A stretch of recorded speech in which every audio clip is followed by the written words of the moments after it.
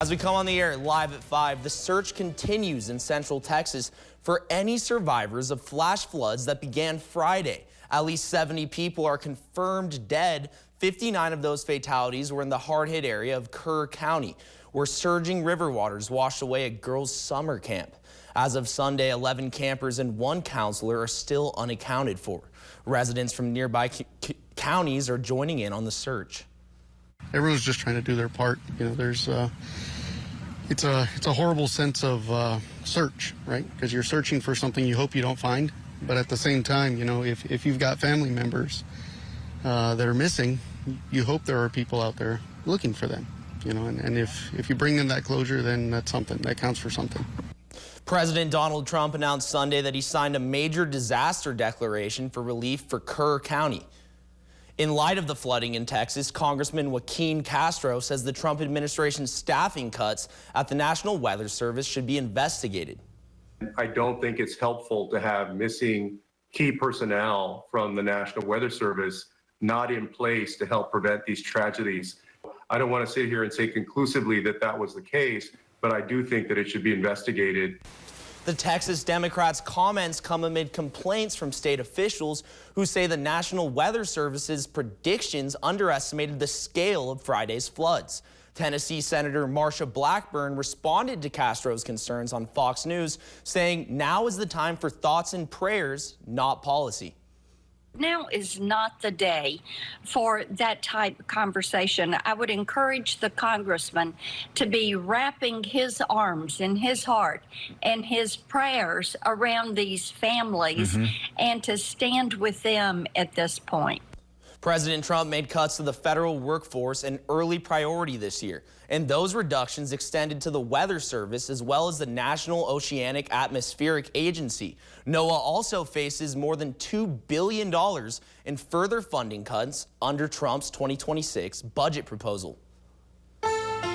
Sticking with the Texas floods, check out this time-lapse video of the Llano River flooding in Kingsland, Texas. Authorities can be seen blocking off the street before water rushed in and continued to rise, completely covering the trees and intersection. There's renewed attention right now on the National Weather Service and its role in forecasting severe weather and sending out alerts in time. The agency has been hit hard by staffing cuts under the Trump administration. CNN's Brian Todd is here with me in the Situation Room. Brian, I know you've been doing a lot of reporting on this. Take us through the timeline of warnings from the National Weather Service. Well, Wolf, there is a lot of attention being paid this morning to that timeline of the rainfall and the flooding and whether the warnings were in fact adequate or not. 4 months of rain came down in just a matter of hours in that area. A wall of water surged down the Guadalupe River in the overnight hours Thursday into Friday. That limited the number of people who could get the warnings. The National Weather Service began forecasting the threat of flooding in Kerr County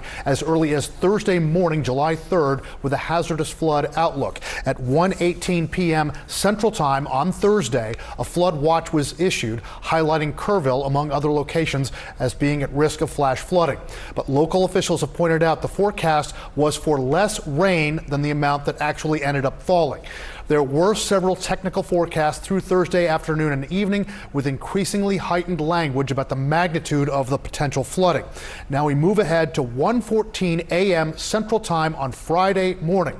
The first warning for life-threatening flash floods for Kerrville came, and that was marked specifically to trigger the emergency alert system. Now that would have sounded the alarm on cell phones in the warned area, assuming those cell phones had service and their users hadn't turned off the alerts. At 4:03 a.m. Central Time on Friday, a flash flood emergency warning was issued for Kerr County. At 4:35 a.m. Central Time, the Kerr County Sheriff's Office sent the first report of flooding at low water crossings. At around 5 o'clock a.m. Central Time, this is a crucial moment here, on Friday, 5 o'clock Friday morning, the Guadalupe River burst from its banks, sweeping homes, cars, cabins, and people downstream. At 5:34 a.m. Central Time, a flash flood emergency warning was issued for Kerrville. Also, Alan Gerard, a former employee with the National Weather Service's National Severe Storms Lab, he spoke with Pamela Brown this morning and talked about just how horrific this rain and that surge on the river really were. This really was a worst case scenario where you had 6 to 9 inches of rainfall in just a few hours right on top of that South Fork of the river.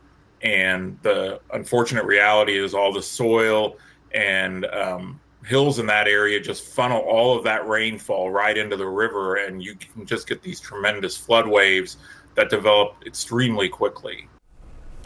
It took about 90 minutes for a flood wave that measured about 20 feet to move down the Guadalupe River overnight on Thursday into Friday. This was that river's second highest crest on record. Wolf, it was horrific. I know, Brian, there are some vacancies at the National Weather Service right now. What are you learning about that? Well, according to our CNN reporting by our colleagues, Andrew Friedman, Emma Tucker, and Mary Gilbert, there are 2 offices of the National Weather Service in Texas that are closely involved in forecasting and warning about flooding on the Guadalupe River. Those are the Austin San Antonio office of the National Weather Service and its office in San Angelo, Texas. They are missing some key staff members, but they still issued several watches and warnings about the flood danger. Tom Fahey, he is the legislative director for the Weather Union. He told CNN that while he believes the offices had, quote, adequate staffing and resources, the Austin San Antonio office is missing what they call a warning coordination meteorologist. That's a role that serves as a crucial direct link between forecasters and emergency managers. We can also tell you that this morning, Homeland Security Secretary Kristi Noem said she is not aware of any breakdown in emergency warning systems that could have contributed to the high death toll. But Kerrville City Manager Dalton Rice says officials there are committed to doing what he calls a full review of events and the systems in place after so many questions have been raised about emergency notifications and evacuation guidance. Wolf, this has got to be a completely forensic review of this to figure out what may have broken down here. Yeah, they got to learn the lessons learned. Absolutely. To make sure it never happens again. Right. Brian Todd, good reporting. Thank you very, very much.